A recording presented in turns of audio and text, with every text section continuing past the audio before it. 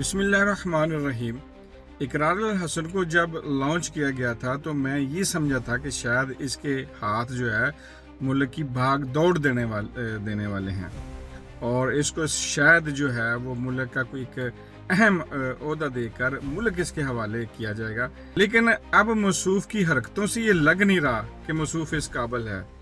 وہ اس لیے کہ جب ایک مووی کا ٹریلر دیکھا جاتا ہے تو اس ٹریلر میں ہی آپ اندازہ لگا لیتے ہیں کہ اس مووی کا جو ہے وہ ویلن کون ہوگا، ہیرو کون ہوگا، اور سائیڈ کردار جو ادا کرنے والا کون سا ایکٹر ہوگا۔ تو موصوف جس رفتار کے ساتھ اب چل رہے ہیں اور عمران خان کی بدنامی کی کوشش، بھرپور کوشش، اپنے ہر زاویے، اپنے ہر اینگل سے جو ہے وہ ہر شو میں بیٹھ کر اس کا موصوف کا صرف ایک کام ہے، وہ ہے عمران خان کو بدنام کرنا۔